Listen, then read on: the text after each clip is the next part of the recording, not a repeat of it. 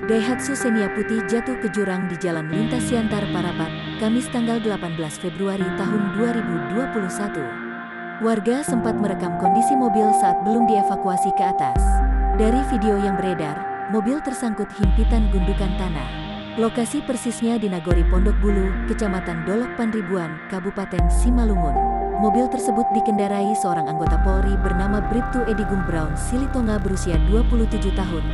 Kanit Laka Lantas Polres Simalungun Ibtu Joni Sinaga mengatakan, kecelakaan terjadi diperkirakan pukul 4.30 waktu Indonesia Barat. Saat itu kondisi di lokasi masih gelap gulita ditambah minim masyarakat. Beruntung, Bribtu Edi Gum tidak mengalami luka-luka. Sementara kondisi mobilnya mengalami ringsek di beberapa bagian lantaran terguling ke jurang sedalam 20 meter.